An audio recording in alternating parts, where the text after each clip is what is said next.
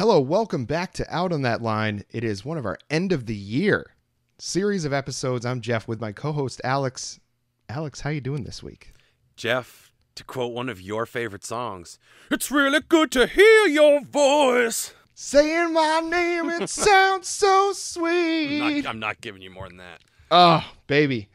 I saw a great TikTok today of somebody that put a bunch of sad cat pictures to that song with the words as the captions, and it really worked very well.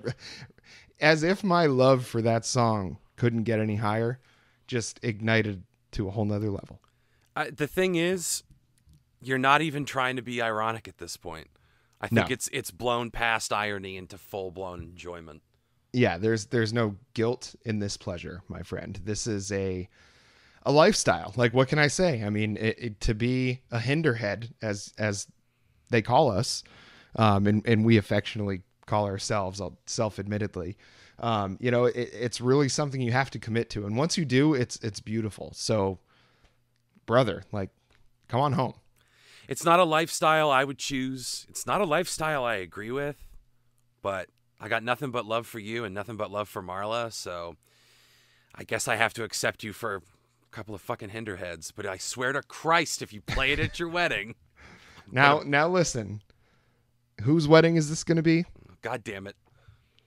Whose wedding? Say it. It's your wedding, Drew. That's what I thought. I will burn you will not get your security deposit back. I'll burn the venue to the ground. My dogs are going to be there. Are you okay with that?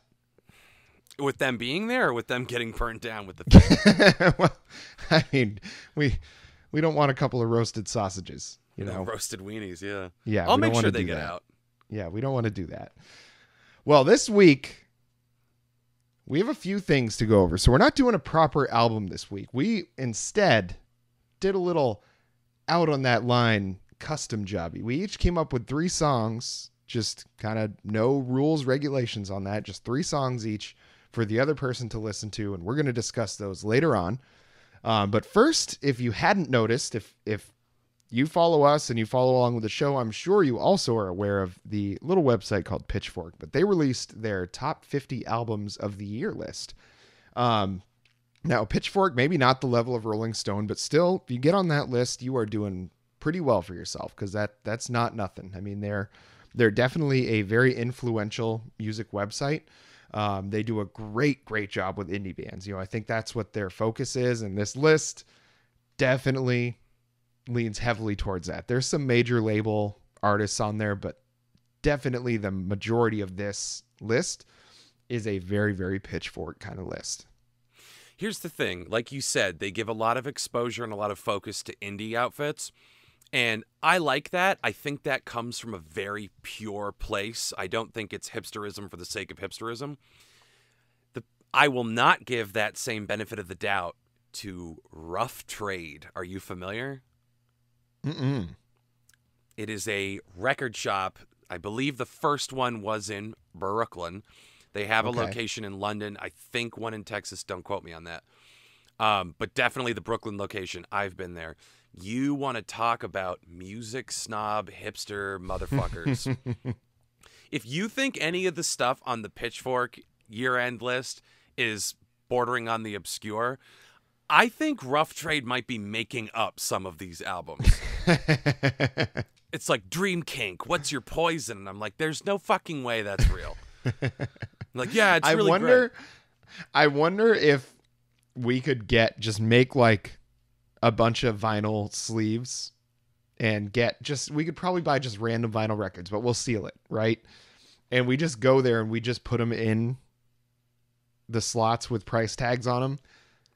I wonder if anybody, and then we just have to check periodically to see if they're gone. And if they're gone, we have to ask, hey, what happened to the OOTL records? I came in looking for one of those. We've heard it's all the rage now. I wonder if we could trick hipsters into, kind of promoting us by just putting those in there. Well, it's one of those litmus tests where it's like, you taking an actual test, and it starts with the instructions, and then it's like, if you read all the way to the end, there's a line that says, and if you got this far, don't put any answers on the test. And then you look at all the people that didn't read that far and are just scribbling on their paper. Hipsters would absolutely fall for that. In fact, like all we would have to do is show up to Rough Trade with the album, take a picture of ourselves and geotag it, and people will just flock there. It's an album I've never heard about. I have to go get it and possess it and never listen to it and tell people they should listen to it because it's so good. I want the kind of hipsters to be into our music. The kind of hipsters that if even one other person has heard of what they're listening to, it's already jumped the shark. It's too popular. Yep. Has to be abandoned the second someone else mentions it. Yeah. What if the records, we make them specifically so as soon as you open them, they just turn to dust in your hands? They're like, why are you putting Anthrax in the record sleeves? Yeah, I think we got to do that. But there is a very notable artist, at least for half of this podcast, and I want to give you an opportunity to give them a little year-end shout-out. Could you say it's a lingua ignotable entry onto the list? God damn it. Woo! Woo! And I know you just came up with that because I didn't even tell you that they were on that list until like 5 minutes ago. Yeah, oh yeah. And you could knock me over with a goddamn feather because I didn't think anyone was aware. The only other person that I know that enjoyed this album was the Needle Drop, Anthony Fantano. He gave it a perfect 10. And I was shocked because, again, I think I've said on the show before, when you listen to it, it is not really a pleasant listen. It's not like Sour, where you can just throw on Olivia Rodrigo and drive around and think about all the ways that people have betrayed you and how you're going to get back at them. Lingua Ignota, again, is this really strange intersection of three elements: Christian iconography, industrial metal, and sexual assault. It's her way of processing all of her trauma and turning it into this really like stark, depressing, brooding, austere kind of like all the songs. May failure be a noose around your neck. Holy is the name of my ruthless axe. The album we're talking about is called Sinner Get Ready. So she's not like a dyed-in-the-wool Christian so much as she is obsessed with like how horrific some of that imagery is. It's all just people suffering and kind of self-flagellating and stuff like that. So she processes her trauma through that imagery, but also the sound of industrial metal. So it's a lot of screaming, it's a lot of clanking, but she's also classically trained, so she knows how to put together a really beautiful composition, and she sings really beautifully. So even when she's like shrieking at the top of her lungs and lines like, "Oh, my rapist lay beside me," it's not fun to listen to, but it's beautiful because it is our favorite word, authentic. It is one of the most, like, I believe that it is coming from the most real place inside of her, and it's just so tremendously compelling. So if you got the stomach for it, go out there and listen to Lingua Ignota, Sinner Get Ready. It was one of Pitchfork's top 50 albums of the year. Don't you want to fit in? You got to do it. Yeah. That's all the validation you should need. Some other notables on there. Adele made it on there. Probably the biggest major label artist to make it on there. Olivia Rodrigo came in at number 21 with Sour. You can go back and listen to our episode on that album. We loved it. I still listen to that album, and honestly surprised that didn't make it on my top artist of the year list, but I think it goes to show how I slammed the other artists, to a disturbing degree, really. Let's see. Tyler, the Creator, came in at number 3 with his Call Me If You Get Lost album. The big snub to me was Strand of Oaks in Heaven. I don't know. I guess I just like love Strand of Oaks that much that I expect other people to do the same. But I know that it's not like he's unknown. It's not like Strand of Oaks, like people haven't heard of them. Like they play with Jason Isbell in the 400 unit. I mean, they're not nobodies. My Morning Jacket, half the band is on this album. So I don't understand how it didn't make that list. I don't know. I'm just questioning things right now. Yeah, it's making you ask a lot of questions about life. I feel the same way. And now I put it to you before the show, is it just that by Pitchfork standards it's that obscure, or it doesn't fit what they're trying to do, because there's an argument to be made that it's not like a genre busting sound. It's not a paradigm shift. I wouldn't call it safe. I wouldn't call it rote. But there's an argument to be made that it's not pitchfork flavorful enough. It's not what we do here. But it's the disturbing possibility is that people have heard of Strand of Hoax and just don't like it.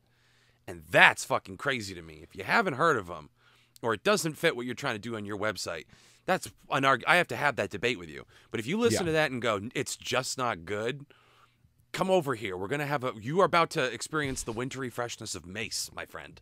Yeah, I think you might be right, is that I don't think it breaks like crazy new musical ground. It's basically like Traveling Wilburys if they did a lot more acid, is kind of how I would put Strand of Oaks in a lot of his music.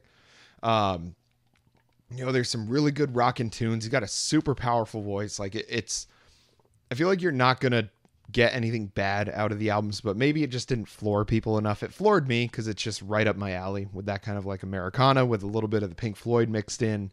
It's like, that's right up my alley as far as, musical taste goes. But I don't know, maybe it's just time to come to terms with the fact that people aren't as crazy about Tim Showalter and Strand of Oaks as I am. I think that's crazy. I think that doesn't reflect my reality, where everyone should like what I like. See also Lingua Ignota. Yes. I take it as a personal slight when you don't like what I like. But that's, I guess, the spirit of what we're here to do today with our Spotify Wrapped episode, is to kind of share our taste, to get a little more vulnerable than we do with these albums. That's the artist putting his or her or their selves out for us. And we get to critique them. But today, you and I are in the hot seat, not for music we made, but for music we curated along the way. Yes. Throughout I this love that. year. Curated. You like that? I love that. Yes. So we took 3 songs each from our respective Spotify top songs of 2021 Wrapped list, which if you aren't aware and you use Spotify, go check it out, because it's kind of enlightening sometimes to see what you spent the most time listening to, because numbers don't lie. It's, if you listen to a song 50 times, you can be like, oh, I thought I only heard it once. Spotify don't lie, baby. So go on there and check it out. So what we've done, do we want to go like 1 and 1, or do like all 3 of ours first, or okay? I'd like to go 1 and 1. Ping, ping, okay. Ping, yeah. Okay. that will be good to that. I think that's the best way to do it. Fairest way to do it. Yeah. So I guess we'll start, you'll get first pick here. So you can pick one of your 3, any one of the 3. So I guess let's just start with my first pick in order. It is the song Pictures of You by the band Prep. Every time it comes back to you, all these pictures of you, looking at me, looking at you, keep losing my mind at the end of the night. And once again, Spotify giveth. It's the algorithm doesn't really know how to categorize me, so it'll just be like, fuck you, here you go. Yeah. And the album artwork for the album Prep is just like really colorful. It's a lot of like purple, orange, pink, sherbety sunset, Pacific Coastal Highway drive it as the sun is setting kind of aesthetic on the cover. And I know this is maybe a silly thing to say, but I do tend to give certain things preference based on their album artwork. Like when I saw Sloppy Jane, I was like, ooh, that looks kind of interesting and spooky. I'll check that out. So this was one of those where I'm like, ooh, I like the album artwork. I'll check it out. And from the very first song, I was like, oh my God, this is yachty as fuck. This is so smooth. Yeah. Come to find out, the members of Prep self-identify as Marina Pop. And I think that's such a wonderfully apt successor to yacht rock. Yacht rock is a controversial genre. I would very much, to your chagrin, like to do a yacht rock episode at some point. I don't know if yacht rock can be called controversial. That's like calling mayonnaise controversial. Now, Geoff, you're showing your ignorance. It's controversial within the yacht rock groupies around the yacht rock Okay. community, because the guys that made the web series Yacht Rock coined the term yacht rock, and they kind of developed what's called the Yachtski scale. Is it on the boat? Is it smooth enough to get on the yacht? Is it yacht or not? And Okay. there are like specific criteria to what makes yacht. And a lot of people will be like, oh, fucking Sister Golden Hair is yacht. Brandy is yacht. Brandy is one that comes up a lot. Brandy is not fucking yacht. I don't care how many times SiriusXM tells you that Brandy is yacht. Brandy is Like not Brandy, fucking... Brandy, the singer, Brandy. No, Like Brandy the boy is song. mine, Brandy. Oh, okay. Brandy the song. What a fine wife you would make, or whatever the fuck. Yeah. I was thinking you were talking about Brandy, the singer. I was like, what the fuck is the argument about here? Of course she is. She is not on the boat. Brandy is not on the boat. The most serious you will ever see me get is yacht rock. I am a purist. Anyway, yacht rock. Obviously, big fan. So, color me pleasantly surprised when I found Prep. I think it's a good marriage of like contemporary synth, indie, and yacht rock distilled down to marina pop. I think it's fun. It's easily digestible. The lyrics aren't like a big brain buster, but it's just got this great sense of fun to it. And Pictures of You is one of their most like bouncy, rocked up tracks on the album. The rest of it is pretty subdued and smooth, but this one like really isn't afraid to hang a little brain. You know, I like this one. I mean, it's just like as a pop song, it's good.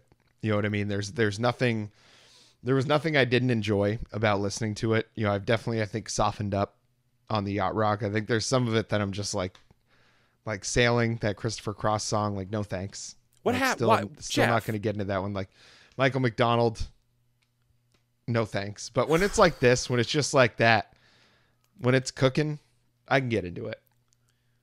This was a very calculated decision on my part as well, because we had a lot of latitude. You had just the playlist, not even your top five, the playlist of the most listened songs of your year. If you think there wasn't one or two Michael McDonald hits that I listen to on the reg every year that make it on the list every year, you're fucking fooling your... That, to quote Michael McDonald, is what a fool believes. Oh, no. And I debated it, man. I turned it over 1,000 times in my head. I was like, I can give Geoff two that I think will earnestly at least interest him and maybe give him something new to listen to that he hasn't really checked out before. And I can give him one that he's guaranteed to be tortured by. And I didn't do it. I gave you Yacht Adjacent out of courtesy for 10 plus years of friendship at this point. More than that. What is it? We're getting... When did we meet? 2004? Yeah. Holy shit, man. 17 years now, my friend. We're getting close to fucking Big 20. Yeah. Half my life. I've known you. More than half of yours. Yeah, that's true. I Yep. was just a wee babe, and then I met Geoff. Just a tiny little man. My innocence was stolen. Yep. Taught you to eat your veggies, and now look at you. Yep. Big, Now strong look at boy. you. Yeah. Yeah, I mean, I like this one. It was the same reason I like Wolfpack. You know, the same reason I like bands like that is because it's fun to listen to. Now, I don't know if I'm going to like go back and listen to it a ton. It's just not my favorite genre of music. And there are certain bands that I just don't like, but I love Hall & Oates. You know, I think they're incredible, and they are, I don't know if is it controversial to say they're yacht rock? Are they on the boat? They're more smooth. I think there are a couple that are on the boat, but I couldn't tell you what they are. I'd have to look at the playlist. Okay. So, you know, that's the kind of like just that nice dancey, peppy kind of pop music. I'm into that. You know, it's the same kind of feel you get from like Call Me Maybe. You know, it's just a well-constructed song. It's a moodscape, yeah. Yeah, it was good. And I think you need to check out a band called Wonder Bitch. Sounds familiar. They're based here out of Austin. I like used to work with one of the guys that plays drums for them, but it is they play a lot of good music just like this. Wonder Bitch. Why does that? Oh, I think it's Thunder Bitch is Brittany Howard's side project. That's why. Yeah. Okay. Yeah. But check out Wonder Bitch. Okay. Very, very good. I think you'll like them a lot. All right. Well, now I guess I'm gonna leave my two more important ones, I think, for my second ones. So we're gonna talk about "Matter of Time" by Van Deluxe, featuring Alex Marr. It's just a matter of time.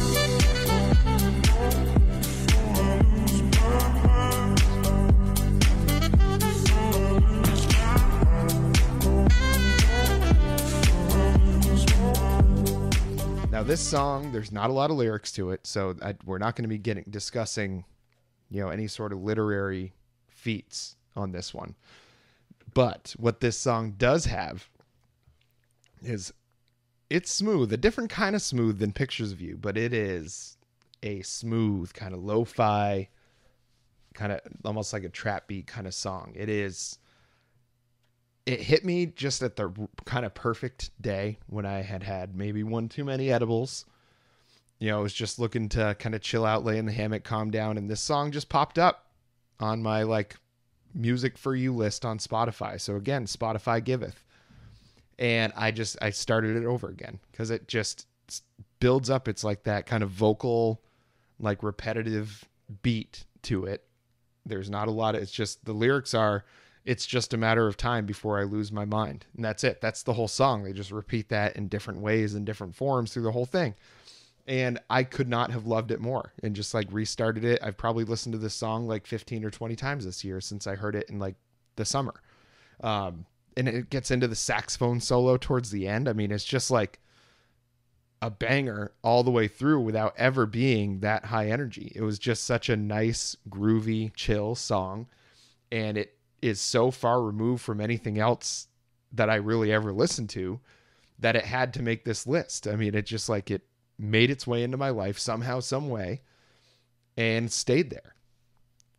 I don't want to, yeah, it's definitely not chill hop, but it has a lot of that, like you said, lo-fi sensibility.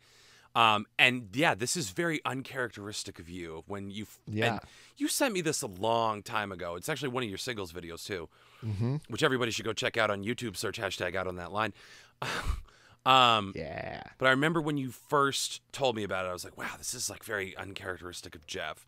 And yeah, I don't typically like this kind of music, but I found the value in it for two things. I like the fact that the lyrics aren't that cerebral. It's just a mantra. It just keeps repeating.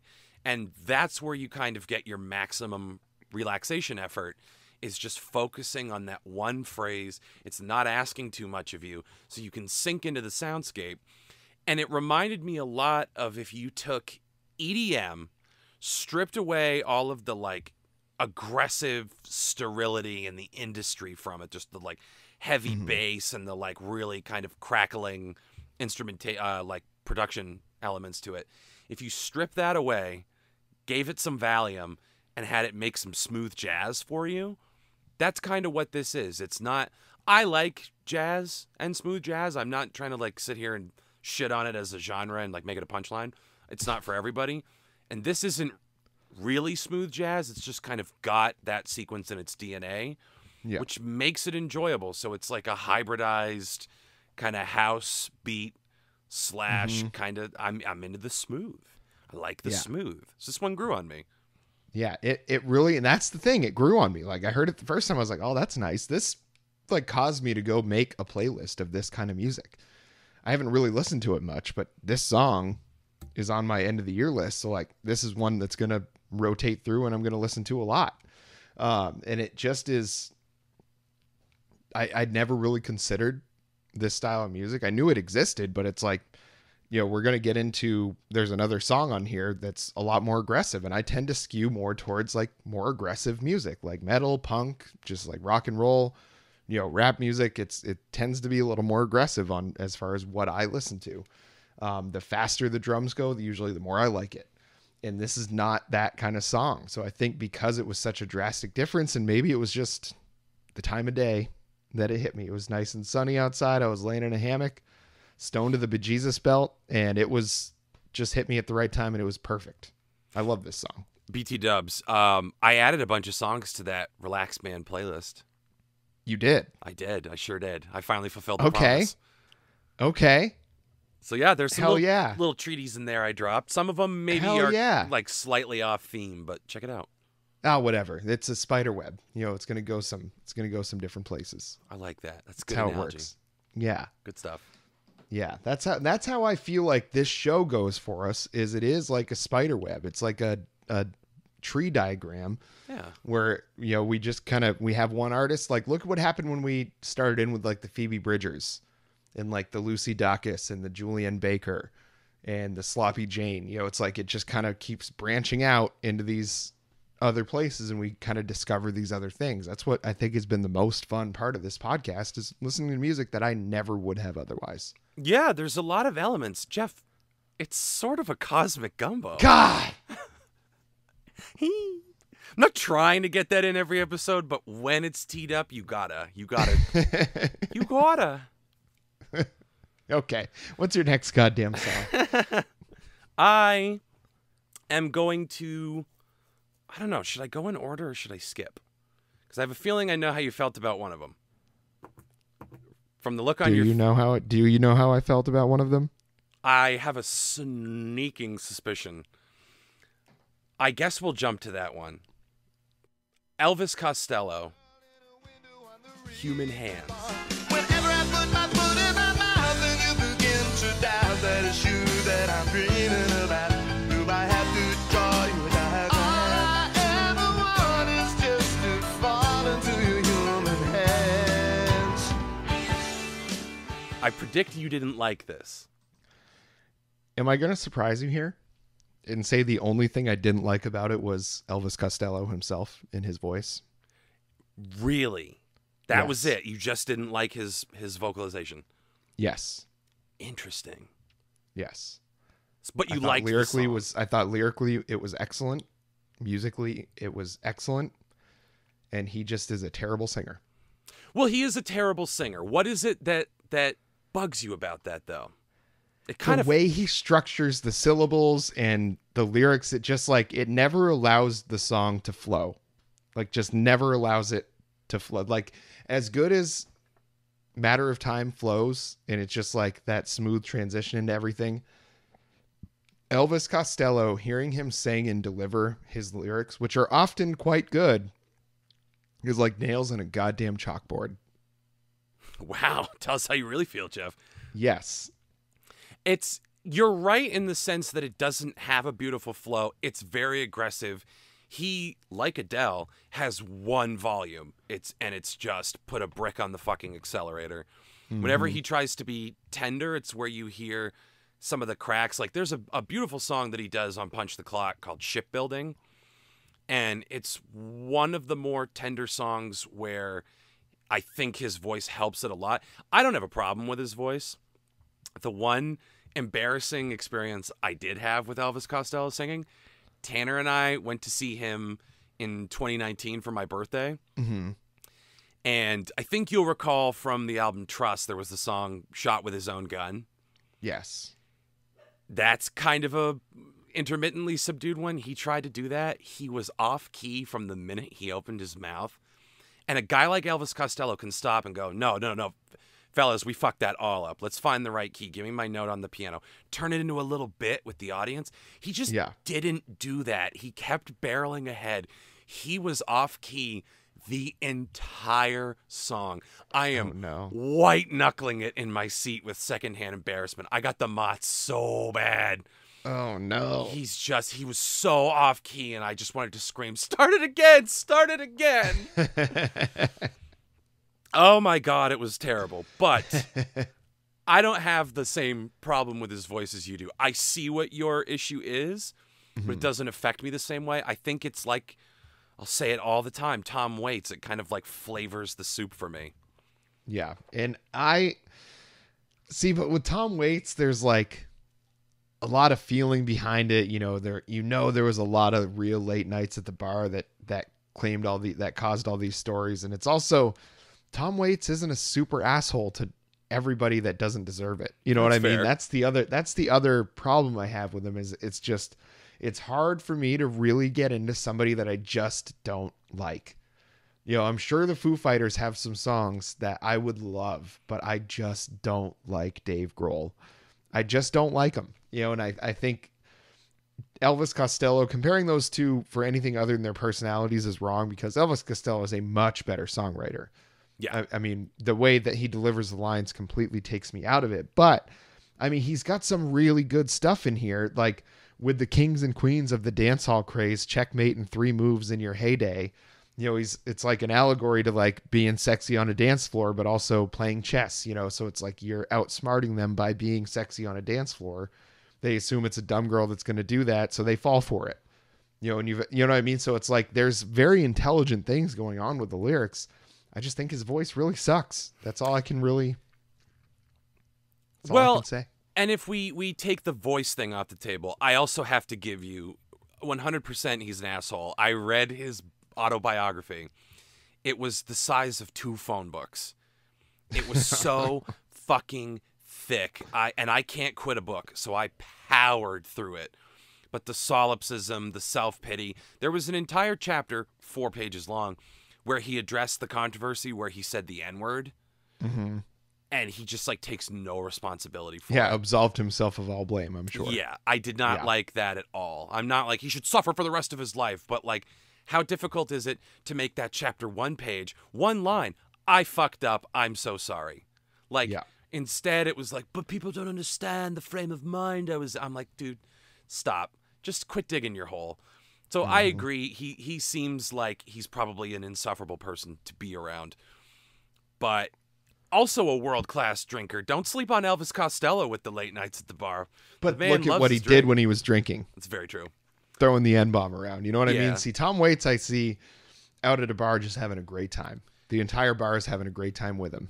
Or he's drinking away his sorrows in a dark corner. It's one of those two things, but he's not making anybody's day worse. No, I see him doing body shots off a raw steak or something like that. But yeah, the big thing for me, I think, with Human Hands, I love all the elements, but like that hook. All I ever want is just to fall into your human hands. I fucking love that. I love the idea. It's just like the way that it's done musically. I love the way that it's not predictable. The song follows a pattern, but it's not predictable. That's one of the big things I appreciate about Elvis Costello is he makes a lot out of something that could be extremely simplistic in someone else's human hands. Yeah, and like everything except his voice, I really like about this song. I mean, I could do without the way he kind of syncopates the end of his lines to get them to fit. Sometimes, I think it's less obvious on this one than it was like throughout the entire album of Trust that we did.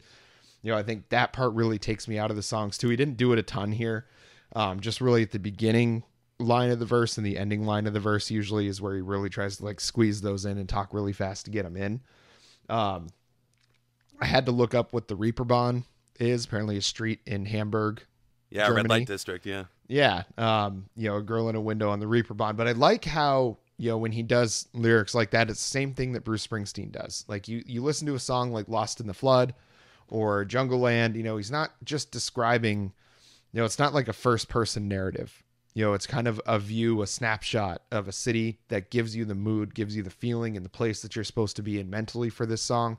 And then he tells you the story. He weaves the story into it. He's like, okay, here's your scene. That's set. Now here's your story. And I really like when artists do that. I think he does a good job of that here. But it's just the only issue is the voice. That's it for me. On this well, one. And you're right. That syncopation, I think to me, it's the most solidified in the chorus. Whenever I put my foot in my mouth and you begin to doubt that it's you that I'm dreaming about, do I have to draw you a diagram? All I ever want. Like that. You're right. That's pretty fucking wacky. That's part of the appeal for me. But that, like, the first couple times you listen to it, you can't get your hands around it. But, again, for me, it's part of the magic of Elvis Costello. But I take the point, you don't like his voice. It's not for everyone, Geoff. It's not for everyone. Now we move on to one that I'm pretty sure you had never heard before. But Cutesy Monster Man by Iron Chic. I can taste the grief, feel that old anger bubble up. It makes it hard to breathe. It makes a case for throwing up. So I medicate. And when my eyes are red enough, I start thinking straight. And I can face the day. So this one was just a, kind of like has popped up on like a For You playlist a few years ago for me. So that's like how I got to know this one to start with. But man, these lyrics are so like perfect pop punk, just angsty teenager. Takes me back to that feeling every time I listen to it. And it's just such like, but it's got very like adult themes. It talks about like real life. It's not just a girl that didn't like you. It's like real life depression, like real life, suicidal thoughts, real life, like how do I make myself feel better kind of stuff, and it really, it has your lows and it has your highs. It's like, these are my issues. This is how I deal with it. And it's just a very tight pop punk song. I love this song. Well, I was going to ask you at the beginning, how long have you known about this and why didn't you send it to me sooner? I really like this a lot too. Like, I have such an affinity. I think you can't grow up with Rory and not end up having a massive appreciation for punk. But like, this is another song that kind of keeps you guessing at a couple turns. At first I was like, oh, it's kind of like Goldfinger. It's going to be ska. And then it's like, oh no, it's more like Blink-182. Oh no, it's more like Dropkick Murphys. There's like an anger and an intensity to it. And like thematically, it's taking all of these bad feelings and all of this like repression and sublimating that into stuff like I medicate until my eyes are good and red, getting fucking stoned as hell rather than dealing with the issue head on because you don't think anyone's listening. You don't think anyone cares.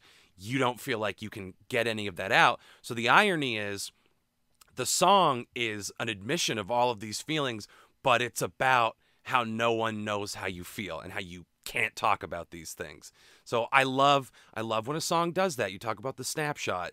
It's a window into the storyteller's soul. Like, this is how they're feeling, but I know this and no one else within that world does. It's the dramatic irony. I really appreciate that. Yes. This gives me the same feeling like Radio by Alkaline Trio does. It's just that really good, tight rock and roll pop song. And it's, they got the lines, I sold my soul, now I age but don't get old, and to this day it's the best deal I ever made. It's like he realizes, like, I'm not gonna, I'm just gonna live life how I want to. So whether that means I'm gonna ever accomplish anything, I don't know, but I'm gonna be happy while I do it. I love, face down, lights out, put some music on, maybe I'll come around. It's like everybody's done that. Everybody's like shut themselves in a dark room, put on some angry music, and just try to like cry it out or yell it out or scream it out, whatever it is that tries to make you feel better. It's just such a good representation of a place that everybody's been in this song, and he's like, maybe find the will to sing, and all the things I could never say will come pouring out of me through my broken teeth, the best and worst of me. It's just saying, like, I am who I am. Like, I need to be able to deal with that. You need to be able to deal with that. And I'm going to deal with the bad parts of me the way that I know how, to make sure that I don't, burn my house down or hurt somebody. Yeah, and I love how visceral it is, because it's like when we were talking about Sloppy J and that line about running into the highway and cracking your skull open and there's 1,000 pink slugs as like this, image of the brain matter leaking onto the blacktop. I really love evocative lyrics like that. There is far too much shit in this world that is spoon-fed to you in the plainest terms and mistaken as vulnerability. I think it's far more vulnerable to go out on a limb with the way that you phrase something rather than to just say it. Sometimes saying it is enough, depending on the song, depending on the feeling. So something like, to go back to Silk Sonic, not to be dramatic, but I want to die. There's nothing really special about that, but it fits the song. Fits the song perfectly. You wouldn't want to put a hat on a hat there. But then there are times where I think there's greater vulnerability in not knowing if your audience is going to take the leap with you and going with your phrasing anyway. I just think that's bolder. And I appreciate this song. It didn't obscure the meaning. It enhanced it. Just that aggressive, angry, I just want to mush my own fucking face into the drywall until my fucking flesh is torn at by errant screws. Like, just that intensity of it. I really appreciate how it sends the song over the top. Yeah, it just, I feel like it's one of those ones when you're super pissed off. This is one you listen to like get it out. and just feel better after so you can calm down. Like this song is truly, truly excellent. Cutesy Monster Man by Iron Sheik. Just again, randomly popped up on my playlist, but if you listen to this one, I'm sure you're going to get some other ones that pop up on your playlist as well. Really, really excellent song. So, Alex, your last pick. Let's do it. Yes, the song is Under the Wheels. The artist is Dr. Dog. My father believed in the power and glory, and my mother believed in him. And I believe that the sun's gonna rise, no matter the shape I'm in. So I roll with the rolling thunder, and I howl with the howling wind. And I drift downstream for as long as it takes to get up. This one quickly became a favorite of friend of the show, Tanner. And it was one I was obviously familiar with, but didn't like really chug down on until Tanner was like, oh, this song fucks. And I'm like, you're right, it does fuck. And then I listened to it more. I'm like, oh, this song fucks. This song fucks. Yes. It is. What I appreciate about it is it's trying to carve something entirely unique out of a template that has been done before. It's that kind of like blues riff chug along, dun dun dun dun dun dun dun dun dun dun dun, which could be just like repetitive backing bullshit, but through the use of like psychedelic flourishes and taking it in different directions, it didn't even like occur to me that it was basically like a blues riff, like a Rolling Stones style backing riff that instead of just like fading into the background to anchor the song becomes the feature. It's a feature, not a bug. They just take something, again, so simple and grow it into something so much larger. And it's a song about just like go with the flow. It's be like water, as Bruce Lee would say. And all of these bad or crazy or unexpected things are going to happen to you. So brace for that. Brace for possibility. But you can't predict what it'll be, so all you can do is go limp so that when you fall out of the car, you don't get fucked up. And I just like that metaphor, under the wheels. At some point, you will get sucked under the wheels, but go limp, because the more you try to fight it, the more hurt you're going to get. And you can take that as a depressing message, but I don't. I see a lot of wisdom in that, which is don't get too married to your rigid preconceived notions. I think that's it's a beautiful notion. I think this song rocks. I mean, I knew I was going to like it because I generally do like Dr. Dog. I don't think I'd heard this song before. I hadn't really listened to much of them other than their first couple albums because I'd seen them years and years ago at a festival, but just hadn't really kept up with them like you and Tanner did.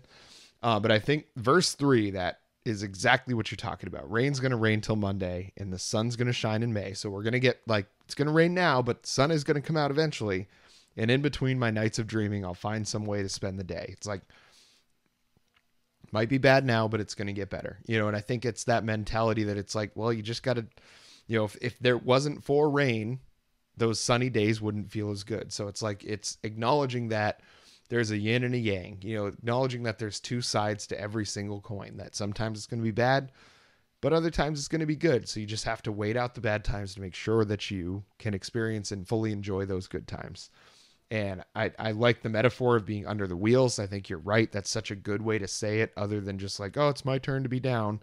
You know, that's not a very interesting way to say it. I think great songwriters separate themselves by coming up with ways to say things like that make a lot of sense when you hear it. You don't have to hear it twice for you to understand what it is, but it's also not the same way anybody else is ever going to say it. You know, I think that's where you truly separate the really great songwriters from the rest of them.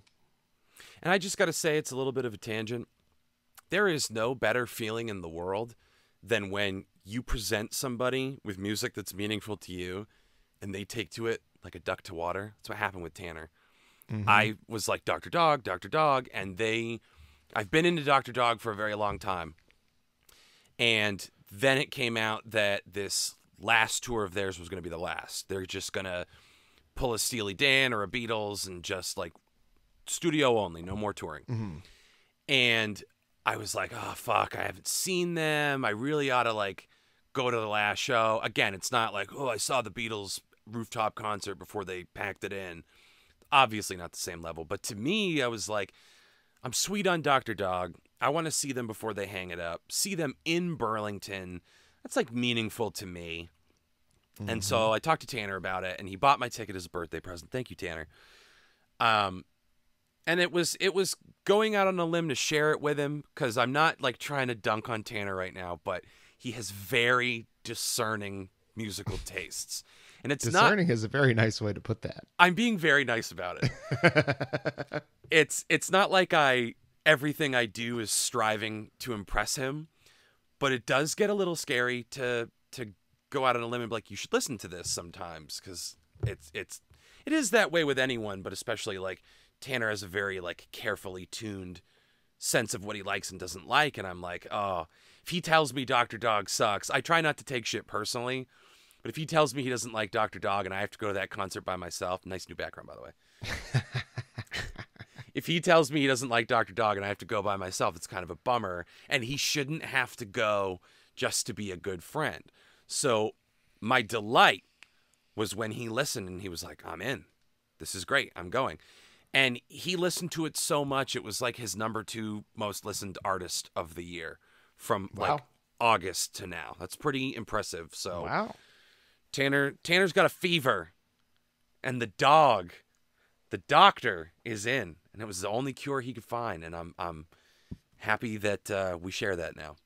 Yes. I think there's so many bands that were in this, like, category, you know, Houndmouth being, you know, very, like, prominent member of this as well, but I do think Dr. Dog just kind of separates themselves from the rest of the pack. They're just been very consistent through their whole career, which is now going on what, like 13, 14 years or something like that. Yeah, something like that.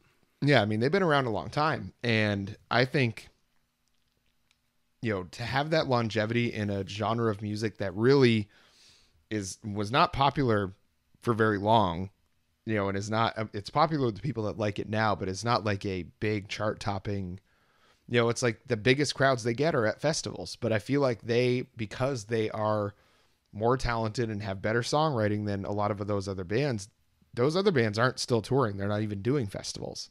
Like, people are disappointed that Dr. Dog won't be touring anymore because they brought out that kind of crowd. You know, I feel like the Dr. Dog fans, I remember being at the concert of theirs at that festival I was at. There were so many Dr. Dog t-shirts and, like, real Dr. Dog fans in that audience. And that's why I think I remember that concert above all else. I saw them and OK Go were the 2 acts that I saw that were the ones that will always stick with me from that festival. And I think Dr. Dog has always done a good job at making really good, accessible pop music with real themes, but none that are, like, depressing. And if it's got a depressing theme, they always put, like, a happy beat behind it to help kind of take the spice out of that a little bit, I guess. You know, and I really appreciate artists like them, you know, that make a very specific sound of music, but they don't necessarily stick to just what is the norm for subject matter in that style of music.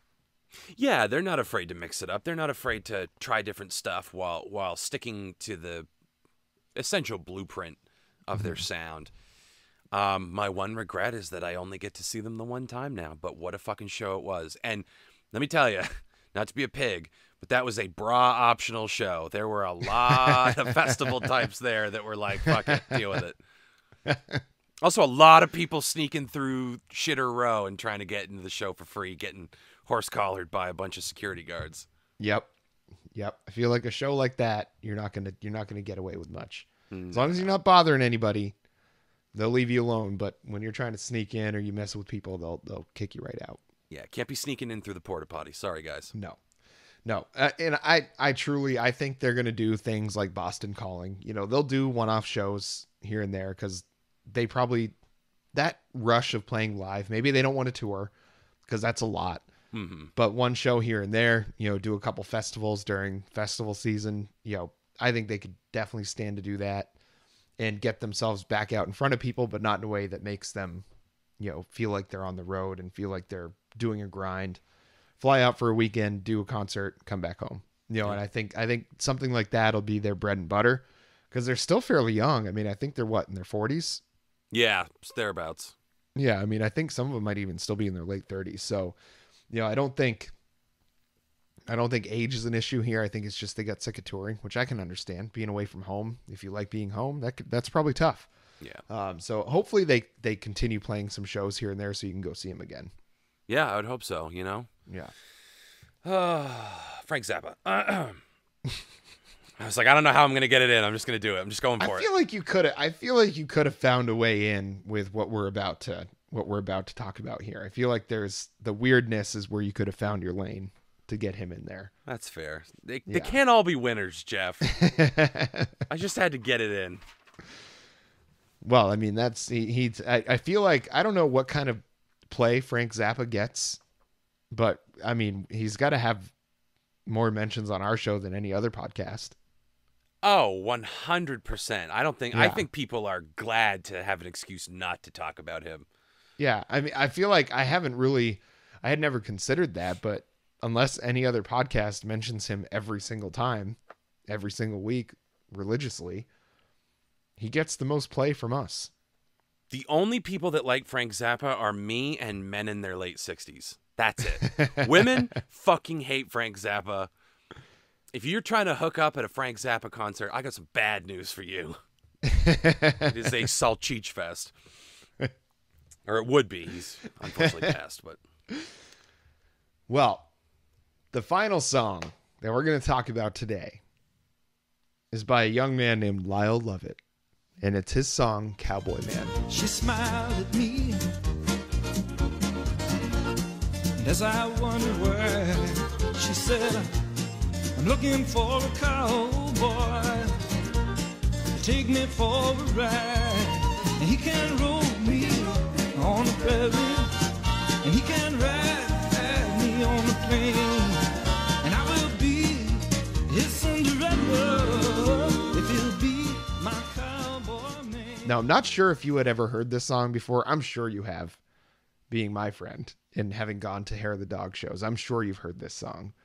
But this song has always had a special place in my heart because Lyle Lovett is a fucking weirdo, and I love it. Well, guess what, Geoff? I hadn't heard this song. But the second I saw Lyle Lovett, I was like, okay, so Geoff got his most Geoff pick in here. But color me shocked when talk about getting it in. This is a sex song, Geoff. Oh, yeah. That's we swap places once again. That is uncharacteristic of you. Oh, yeah. Put a nookie jam on here. Well, a very sneaky one. Very, very sneaky nookie song. Very. So Cowboy Man, obviously, there's going to be a lot of cowboy references, which leads itself to riding things like a cowboy. Now, Lyle Lovett is not known for boning songs. Not known for that at all. He's known for love songs, kind of clever country songs. Probably most known for marrying Julia Roberts for, he had a cup of coffee with her and then they got divorced. But this to me, this one and If I Had a Boat are the two most Lyle Lovett songs there are because they're so weird. I mean, he talks about in this song, I've got a 40-gallon Stetson hat with a 38-foot brim. We can dance around the outside, baby, till we both fall in. It's just like, let's get drunk, let's hang out, and then let's ride each other like cowboys. It's some light kinky repartee for your country music experience. I also read a lot of vaginal imagery into that line you just said. Unflattering to the woman. I have a 30-foot or I have a 38-foot brim. How would she fall? Would she just like fold inside of herself? Is it like a snake eating itself kind of situation here? Yeah, a little like vaginal Ouroboros. That's an interesting question, Geoff. I would say don't take it too literally. Okay. More just like see the imagery, but not the image. Exactly. Don't think about a woman with a huge vagina and Lyle Lovett just falling inside of it. Well, the little hook of hair that he has at the front he'd hang on to the brim. Yeah, there you go. He wouldn't fall in completely. Just wiggle his feet to, kind of stimulate things in there. Yeah, and I took like dance on the outside is like, don't just get right in there to do a little foreplay. It's just polite. You got to preheat the oven before you stick in the turkey. Yeah. Who doesn't know that? Exactly. Have we ruined the song for you guys yet? I hope not, because this song fucks. It's pretty good. I'm not going to lie. I rolled my eyes a little bit when I saw Lyle Lovett. I was like, okay, he Michael McDonald me. But no, I liked it. I thought it was funny. Because, I like that, obviously it's a bit to be like, oh, it's such a horny song. It's horny. But again, like, rope 'em, ride 'em, rustle 'em, whatever. That's in keeping with the genre, and it's very cheeky. So I can appreciate that. Yeah, it's talking about her being his Cinderella. He's her cowboy man. So it's just in the like shuffle beat that he does is just so perfect. It's not like your like Tailgates and Tan Lines country. This came out in 1986. So this was before like even really like outlaw country existed, but this was still like rhinestone country. So like Lyle Lovett was an oddball even then. Back then it was like George Jones, George Strait, like these very much Randy Travis, these very like straight down the line country singers. George Strait got a little weird sometimes, but not till later, not till like in the 90s when he'd already been way established. Like Lyle Lovett was making his bones being a weirdo. Like If I Had a Boat is an incredible song. Not really, it's country, but only because he's a country artist and he's got a Southern accent. Like Cowboy Man obviously is country, but like nobody else was doing stuff like this. Like that's why Julia Roberts like would go to his concerts and fell in love with him. And please go Google what Lyle Lovett looked like back then, because he's just a tall ass scarecrow with a really weird haircut, and he was banging Julia Roberts. So there's got to be something here in this song that caused that to happen. Well, and for me, that's that last part of the song where it's talking about like she's looking for a cowboy man, and I've never been a cowboy, but I'm just going to go with this idea that I am. It reminds me of Ghostbusters when Gozer the Gozerian is like, are you a god? And Dan Aykroyd's just standing there and Bill Murray looks at him and gives him a nod to say yes. And Dan Aykroyd just goes, no. Bill Murray takes him aside. He's like, when someone asks if you're a god, you say yes, Ray. And it's like, that's the wisdom of Lyle Lovett. If she asks if you're her cowboy man, you say, giddy up, baby. Yep. Absolutely. Let me get my Stetson. Let's go. Yeah. I love the song. I have always loved this song. It's so good. It's pretty fun. I enjoyed it. Yeah. And I'm not going to put this song up there with like Sturgill Simpson levels of songwriting or anything like that. But there's a reason that for a hot second, Lyle Lovett was like the alternative country artist of choice, and I feel like at that time period, you had to be a fucking weirdo because you didn't have the benefit of social media to like make a name for yourself and like get people interested in you. It was like, can your song get on the radio? If not, nobody is going to know who the fuck you are. Like that was it. Back in those days, there was no internet. I mean, the internet existed, I guess, but not like at a basic level consumer sense. So there was no like LimeWire, there's no Spotify. There was a record store and your radio, and that's it. That's how you found out about music. And Lyle Lovett made it with this song, and it's just so good. Listen to it because it's such a good danceable song, and you best believe this one's getting played at the wedding. Well, that I am looking forward to. I will be front and center doing a little line dance shuffle for that one. Yeah, because guess who else loves this song? Fiancé of the pod.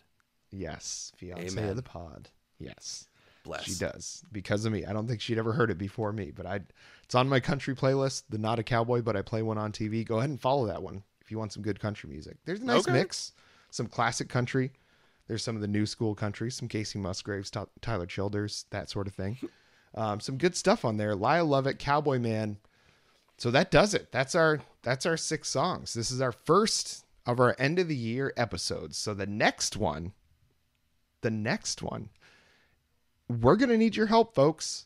When you hear this episode, it is your last chance because we're going to be recording our end of the year best of lists. We've already got some submissions. People letting us know what it is. If we see an overwhelming amount of people, talk about the same album, we will crown a best album of the year. If we see a number of people talking about the same artist, we'll crown the best artist of the year. Otherwise I think we're going to be talking about our favorites and maybe having a little debate about which album might deserve the crown, which artist might deserve the crown. But we want your input on that because we weren't the only ones that listened to music this year. If you followed along with us all year, you've probably listened to a lot of music as well. And we want to hear what your favorites were. If something floored you, if somebody new came along that you'd never heard before, we want to hear about that. Or if an artist that you've always loved came out with a new album and it absolutely reignited that passion for you or totally ruined that passion for you, we want to know about that. So let us know. Do it by email at our Gmail, outonthatline@gmail.com. Do it on Instagram or Twitter, Out On That Line or Out On That Line on Twitter. You can get us in the YouTube comments. That's a great place to do it because you can go check out our YouTube videos as well. You mentioned earlier, search hashtag Out On That Line on YouTube to find all of our singles videos, some reaction videos, all of our podcast episodes. There's a lot of content on there. There's over 100 pieces of content on there right now, if I'm not mistaken. So go check it out. Alex, what do you have to say to the people about next week's episode? To quote George Costanza, all right, that's it for me. Laugh track, I'm out the door. Well, folks, get those submissions in. Let us know what you want to hear. Let us know what you might want to hear going into the new year as well. Tell us what you're excited about. And until next time.